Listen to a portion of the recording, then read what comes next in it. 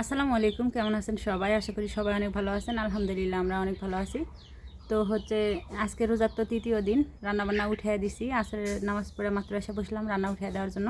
তো আমি আগের তরকারি কুটা নিছি, পেঁয়াজ কলি ভাজি করবো দেখে পেঁয়াজ কলি আর আলু কুটা নিছি, আর বেগুন আলু মাছ দিয়ে রান্না করব, কুমড়া বড়ি সব রেডি করে নিছি। এই সময় আবার আমার আব্বা একটা লাউ নিয়ে আসছে, এই যে বাজারে নিয়ে যাচ্ছিলো টাটকা লাউটা, একদম কচি। তো কালকে গোস্ত রান্না করছিলাম, গোস্তর একটু তরকারি আছে, তো আব্বা লাউটা নিয়ে এসে বলতেছে যে ওই গোস্তর তরকারিটা দিয়ে লাউটা রান্না করতে। তো এখন এতগুলো তরকারি রান্না করলে তো নষ্ট হবে, রোজার দিন তরকারি বেশি খাওয়া যায় না। তো ওই তরকারিটা উঠায় রেখে এখন লাউটা কুটে নিব মাংস দিয়ে রান্না করার জন্য। আজকে পুরো ভিডিওটা আপনারা দেখতে থাকুন, আশা করি আপনাদের অনেক ভালো লাগবে। তো এই যে কদুটা কাটা নিছি, তো একদম কচি, দেখেন একটুও বেশি হয় নাই, টাটকা। এই মাত্র দোকানে নিয়ে যাচ্ছিলো রাস্তা দিয়ে, আর আমার আব্বা নিয়ে চলে আসছে। তো এখন কদুটা আগে কাটা নিই। তো লাউগুলো একদম কুটে ধুয়ে নিছি, এইভাবে কুটে নিছি। আর এই যে গোস্ত তরকারি, অল্প একটু তরকারি আছে, বেশি নাই। তো এইটুক দিয়েই রান্না করব। লাউ দিয়ে যে কোনো গোস্ত তরকারি দিয়ে রান্না করলে খেতে কিন্তু খুব মজা লাগে।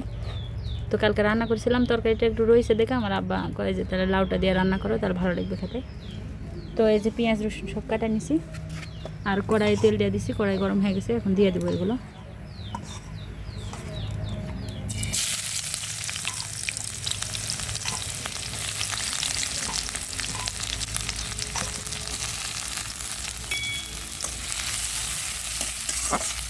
পেঁয়াজগুলো একদম লাল করে ভাজা নিব। পেঁয়াজগুলো একদম লাল করে ভাজা হয়ে গেছে, এখানে আমি একটু গরম মশলা দিয়ে দিয়েছিলাম আর গোটা জিরা। এখন লাউটা দিয়ে দিব। লাউ কিন্তু আমরা আঞ্চলিক ভাষায় কদু বলি, আমাদের এলাকায় কদুই বলে। দিয়ে দিলাম।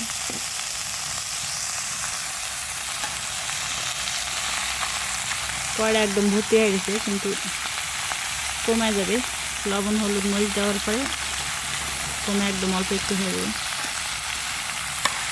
আর যেহেতু একদম কষি, আরও বেশি করে কমে যাবে। তো এখন গুঁড়া মশলাগুলো দিয়ে দেবো।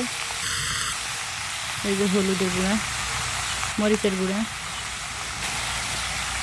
লবণ মিশিয়ে নেবো। বেশি মশলা দিব না, মানে কদুর তরকারিতে অতিরিক্ত মশলা হলে খেতে ভালো লাগে না, সিম্পলভাবে রান্না করলেই ভালো লাগে। আর মাংসের মধ্যে গোস্তর মধ্যে তো সব কিছু দেওয়াই আছে তরকারিতে মশলা, এই জন্য এই লাউর মধ্যে দেওয়া লাগবে না।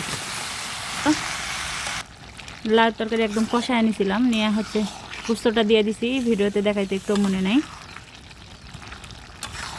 অল্পই ছিল গোস্ত, তো ওইটুকু দিয়ে দিছি তরকারিতে। এখন ভালো মতো কষানো হয়ে গেছে।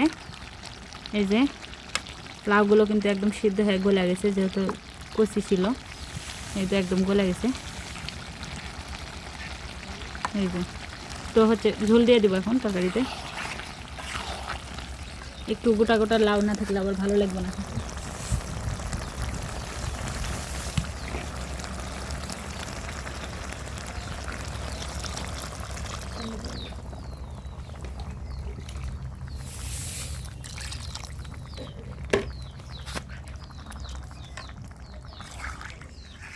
এই তো ঝোল দিয়ে দিলাম, এখন ভালো করে বলক উঠে নিয়ে তারপরে নামায় নেব।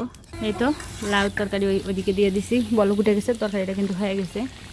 সামান্য একটু জিরার গুঁড়া দিয়ে নামায় নেব। আর এই পাশে ভাজি উঠে দিব, পেঁয়াজের ফুলকার ভাজি উঠে দেবো। এই পাশে পেঁয়াজ দিয়ে দিচ্ছি, সামান্য একটু জিরা দিয়ে, তারপরে পেঁয়াজের ফুলকার কাটা রাখছি দিয়ে দেবো। এই তো পেঁয়াজের ফুলকার আলু ভাজি করব। তো একদিকে ভাজি করি আর একদিকে লাউ তরকারিটা রান্না হয়ে গেছে। এই তো এখন ভাজা জিরের গুঁড়া দিয়ে দিব তরকারিতে, দিয়ে ভালো করে নাড়াচাড়া দিব। এইটুক ঝোল একটু রাখলাম, কারণ আমার বাপে আবার ঝোল ছাড়া ভাত খেতে পারে না, একটু ঝোলের তরকারি বেশি পছন্দ করে আমার আব্বা, শুকনা ভাত খেতে পারে না। তো রান্না হয়ে গেছে।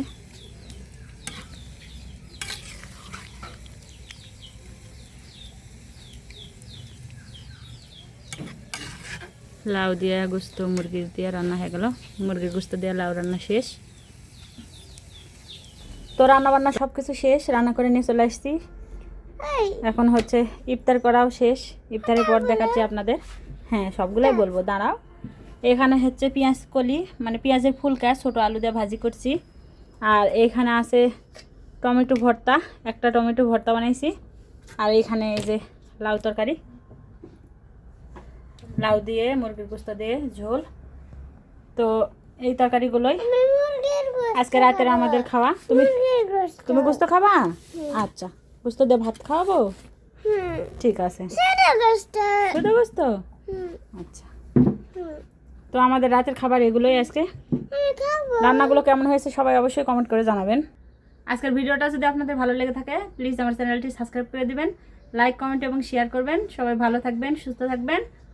আল্লাহ হাফেজ সবাইকে।